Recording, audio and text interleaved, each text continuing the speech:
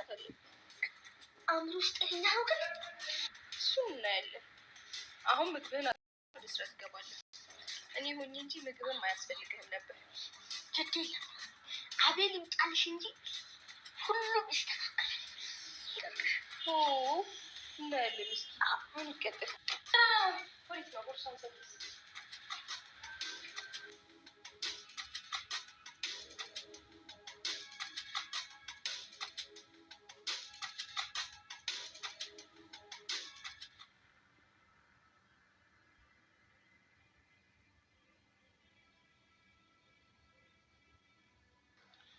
እና ምንም ብር የለህም እያልከኝ ነው እንዴ? አቤል ምን እያልክ ነው?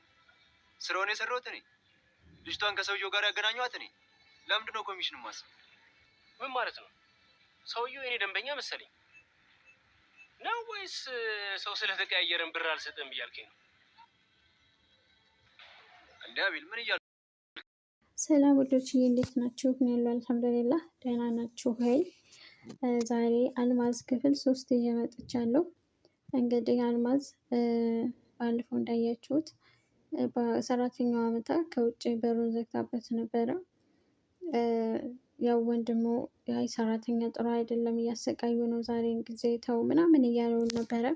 እንግዲህ መታለች ሰራተኛይቱ። እንደተባለውም እሷ የመጣችው ለበቀል ነው። ስራ የመስራት ፍላጎት ኑሯት አይደለም።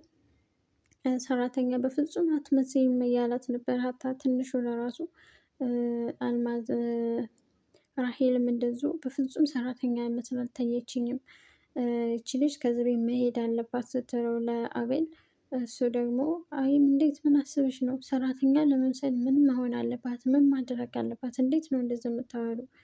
እያለ በፍጹም የሆነ ነገርማ ከኋላ አለ፣ ለሰራተኝነት አይደለም የመጣችው ስያለች፣ ወይንስ የሆነ ግንኙነት አላችሁ ከሷ ጋር ስትል አነቃት ማለት ነው። እንዴት እንደዚህ ነው የምታስቢኝ? እንዴት እንደዚህ ስትናገሪ ትችያለሽ? ከአሁን በኋላ ስነስርዓት ብትይዥ ይሻላል ብሎ እንደውም እኔ የዚህን የቤት ህግ እኮ መቀየር እችላለሁ እንደፈለግኩ ስትለው፣ ቤቴ ማለትሽን ልታቆሚ ይገባል፣ ስርዓት ያዥ ምናምን ብሎ በጣም የተቆጣና ሊገላት ደርሶ ነበረ። በዛ ላይ ደግሞ አቤል እንግዲህ በድሮ በሰራችው ባሳለፈችው ነገር እያስፈራራን ነበር። ስነ ስርዓትሽን ያዢ፣ ከኔ ከወጣሽ ያንን የድሮውን ነገር ለቤተሰቦች ነው የምነግርብሽ፣ ስትሰሪ የነበረውን ነገር፣ ስለዚህ እረፊ እያላት ነበረ። እሷን በጣም ተናዳ ነበር። ምንድን ነው ማድረግ ያለባት? ምን ማድረግ እንዳለባት ሄዳ ሰራተኛዋን እያናገረቻት ነበር። ስነ ስርዓትሽን ያዢ፣ ከባሌ እራቂ ስትላት፣ አንቺ መንከባከብ ካቃትሽ እኔ እንከባከበዋለሁ አለቻት። ሲበዛ አይን አውጣ ናት ሰራተኛዋ ማለት ነው። በጣም ደፋር ናት። በዛ ላይ ሀታ ትንሹ ልጅ ለራሱ ባቢ አንቺ በፍጹም ሰራተኛ አትመስይም፣ ግን ለምንድን ነው የመጣሽው እያላት ነበረ። እሷም እኔ የመጣሁት ለበቀል ነው ያለች እየመለሰችልን ነበረ። ከዛ በኋላ ቤትም እያጸዳች በሁሉም ነገር ላይ በምግቡም ላይ የሆነ መድኃኒት ትጨምራለች፣ ለአቤልም ትጨምርለታለች። እንደዚሁ አቤል ተናዶ ነበረ። ስለ ደላላውን እያናገረው ነበር። ብር የለኝማ፣ ስለ ብር እያናገረው ነበር። ብር የለኝም ማለት ነው እያለ ያው መጥፎ ስራዎችን ስለሚሰራ ብር ስለሚቀበል ያኛውም እኔ ምን ብር የለኝም እያልከኝ ነው እያለ ያናገረው ነበር። እንዴ ሪችን የመሰለ ቆንጆ የልጅ ሰጥቼ እንዴት ብር ትጠይቀኛለህ ምናምን እያለው ከአሁን በኋላ ላይ ደንበኞች ጋር እንዳያደርስ እያሉ ነበር አቤል፣ ያንኛውን አብሮት ያለውን ልጅ ማለት ነው። እሱ ደግሞ እኔም ብለው ከመጡ ምን አገባኝ እኔም ብለው ከመጡ እሰጣቸው እሄዳለሁ፣ ስራዬን እሰራለሁ እያለው ነበረ። በጣም ተናዷል አቤል ማለት ነው። ብር ጎድሎበት ብር አጣ መሰለኝ። በዛ ላይ ደግሞ ባቢ ከትምህርት ቤት መጥቶ ቦርሳውን ጣል አድርጎ ሶፋ ላይ ቁጭ እንዳለ መጣችና ሰራተኛዋ አልማዝ፣ አንተ ድፍረትህ እንዴት ነው እስከ ጫማ መገባው ሲጀምር ሂድ ብላና ምግብ ምሳህን ብላና ወደ ስራ ቀጥል እያለችው ነበረ። እንደውም እኔ ሆኜ ነው እንጂ ሰራ ምግብም አይገባህም እያለችው ለምን ምግብም አይገባህም በል ቀጥል ብላና ቤት አጽዳ ብለው ቤት እያጸዳ ነበረ። የሚስኪን ሕፃን ልጅ ገና ምንም ነገር የማያውቅም። እንደውም ወንድሜ ሲመጣ አቤል እንደውም እንድትባረሪ ነው ማድረግሽ ሲላት ጆሮውን ሄዳ ገተተችው ማለት ነው። ጆሮውን ይዛው እስኪ ስነ ስርዓትን ያዝ፣ እንደውም ከዚህ የበለጠ ነገር ነው የሚያጋጥመው ምናምን እያለች እያስፈራራችው ነበረ ባቢን። ያው የልጅ ነገር ሲያስፈራሩን ያለ ነው ስለምንፈራ የምናውቀውን ነገር መናገር አንችልም። ዝም ነው የምንለው እና ከዛ ቤት እያጸዳ ነበር። አቤል ከውጭ እንደ አጋጣሚ ተናዶ ነበር የመጣው። ተገጣጠሙ። እሱ አይቶታል። መውለያውን ይዞ አይቶት ነበረ፣ ግን እንደ አጋጣሚ ተናዶ ስለነበረ ወንድሜ እሷ ለራሱ ደነገጠች በጣም ማለት ነው። ወንድሜ ሲለው ባቢኔ በጣም ተናድጃለሁ፣ አሁን ምንም ነገር መስማት አልፈልግም አለና አልፎት ሄደ። እሷ በቃ እያወቀባት መስሎ ነበር። እንዴት ታሰሪያለሽ ወንድሜ ብሎ የሚናገር መስሎት እሷም አልተናገረም ተናዶ ስለነበረ። ከዛ ምነው ተናደ ነው ቡና ላፍላል ያለችው። በቃ እሺ አለ። ከዛ ቡና ፈላች። አልማዝ ጋር ተገናኙ። አልማዝ እና ሪች ተገናኙ ኩሽና ተነጋገሩ። ሄደች አልማዝ ወደ አቤል ጋር ሄዳ ጭራሽ ምን አይነት ውርደት ነው? ምን አይነት ድፍረት ነው? ሰው ባለ ሄዳ እሱን አልጋው ላይ ማሻሸት ምናምን ነገር ልትቀርበው ማለት ነው። ለምን እሷ የመጣችው ለበቀል ስለሆነ እሱን መበቀል ስለሆነ ልታሳስተው ትፈልጋለች። ራሄልን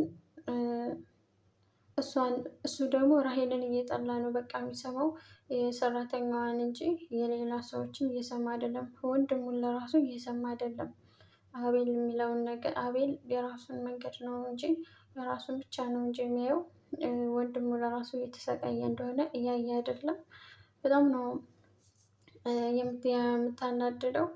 ሰራተኛዋ እንግዲህ ያሰቃየችው ነው ባቢን ማለት ነው። የቤቱን ስራ የሚሰራው እሱ ነው። ሪችም እያሰበች ነው፣ እንዴት ነው ይችን ልጅ ከዚህ ቤት ማስወጣት ያለብኝ? ደላላ ምንም እየጠየቀች ነው። ማን ይችን ልጅ እኛ ቤት ደላላ ስራ ያመጣት? ምንድን ነው ማድረግ ያለብኝ የሚለውን እየጠየቀች ነው። ሪች በጣም ተናዳ ሲጋራም እያጨሰች ነበረ። ሪች ያው እሱ ያዛት፣ ከሱ ውጭ የትም እንደማትሄድ እያወራ ነበረ። የበፊቱን ነገሯን እንደውም አስተዋት የተወች ትታ አልተዎችም ድሮ የምሰራውን ስራ ምናምን ሲለው እንዴ ትታይን እንዴ ደግሞ መች ነው እየሰራች ያለችው ሲለው አይ እየሰራች ነው እኮ ከሆነ ሹፌር ጋር ስትወጣ አይቻት ነበረ ምናምን እያሉ ነበር ለአቤል።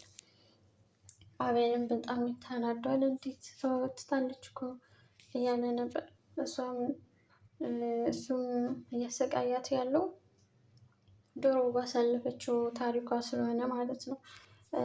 የያዛት ምንም ማድረግ እንደማትችል የትም እንደማትሄድ አሁን ለራሱ ሰራተኛዋ ጋር የሆነ ነገር እርግጠኛ ነኝ እንደሚፈጠር እንደምትበቀለው በዛ መንገድ አምናለሁ።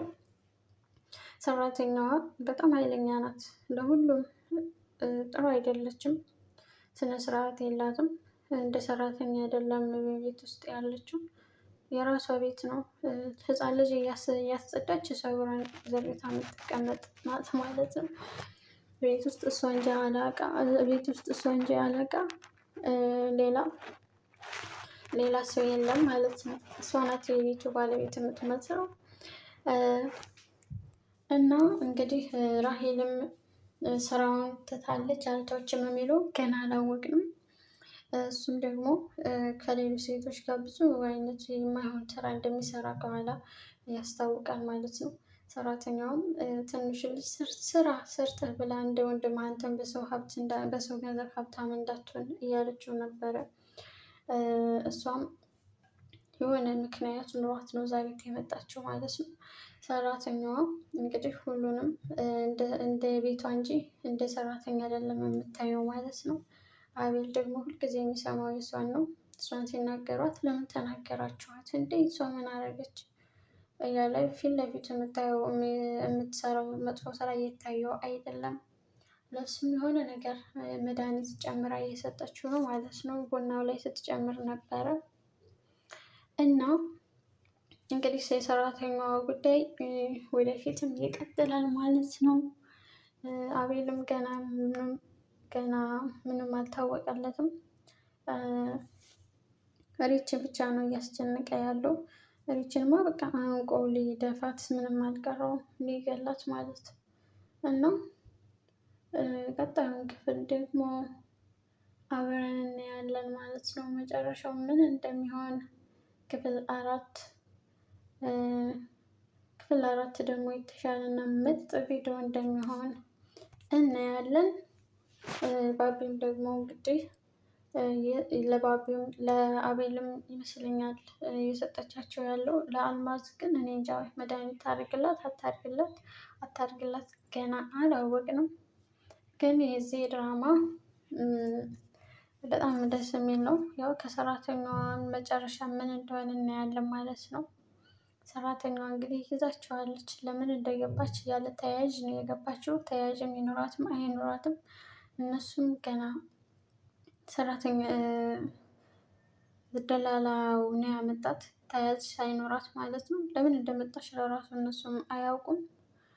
እና እንግዲህ ለምን እንደመጣች እስካሁን ድረስ እሷ ብቻ ናት የምታውቀው እና አቤል ሌሎቹ አያውቁም፣ ግን ጠርጥረዋል ማለት ለምን እንደመጣች ይች ልጅ እንዴት ነው ከዚህ ከቤት ማስወጣት ያለብኝ እያለችም ሪችም እያሰበች ነው። እንግዲህ እንዴት እንደሚሆን መጨረሻውን እናያለን ማለት ነው። በቀጣይ መልካም ቆይታ ይሆንላችሁ። በቀጣይ ቪዲዮ እስከምንገናኝ